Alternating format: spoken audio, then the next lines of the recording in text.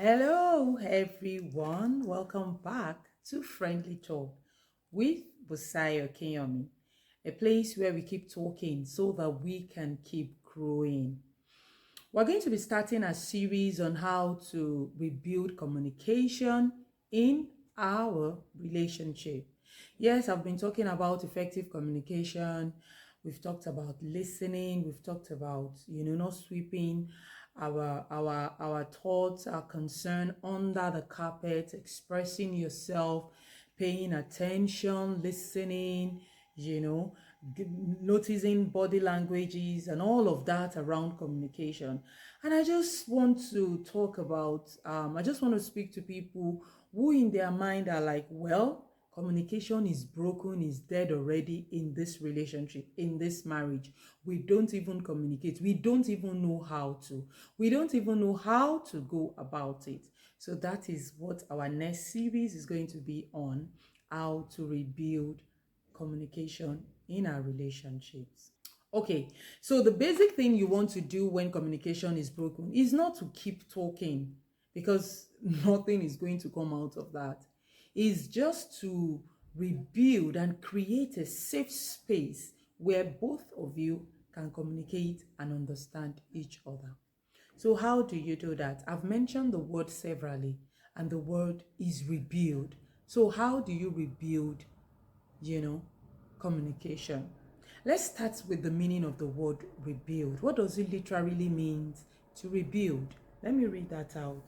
To rebuild means to create something where nothing existed. Communication is broken, is no longer there. So I want to bring it back to that space. To build, to rebuild, I beg your pardon, is to take the remains of something that broke and intentionally craft it into something more durable than it was before. Something that has been broken, to intentionally craft it into something durable. I love the word intention. Intentionality is very key.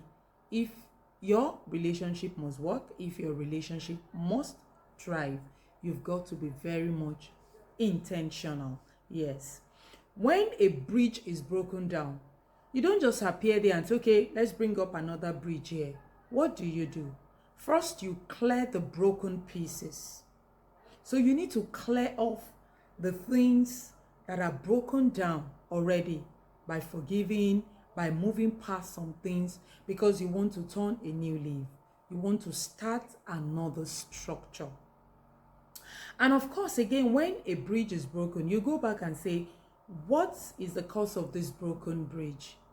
Was it that the foundation wasn't properly laid? Was it that materials that were used wasn't properly done? So my first question to you is, or my first advice rather to you would be, go back and ask yourself, why are we not communicating? Why is communication broken in this relationship? What is the cause? Is it because of my person? Is it because I'm not used to communicating? Is it because I'm somebody who does not even know how to express myself? You need to find the root of the problem, because when the root of a problem is known, then the solution to that problem is far closer than you could, is more closer than you could ever think or imagine. So if every conversation you have with your partner leads to an argument, that's a huge problem. It's a very big problem, because you will find it difficult to talk, because you know that it's definitely going to end in another argument, and you don't want argument, you want peace. You just got back from work, or you didn't go to work today. Today's Saturday, you didn't go to work. You want to relax, but you don't want to talk because you don't want to argue. You don't want to fight. It's a huge problem. And here is the starting point. What you can do. Rebuilding communication in a marriage is a process of transitioning from defensive posture to a collaborative one.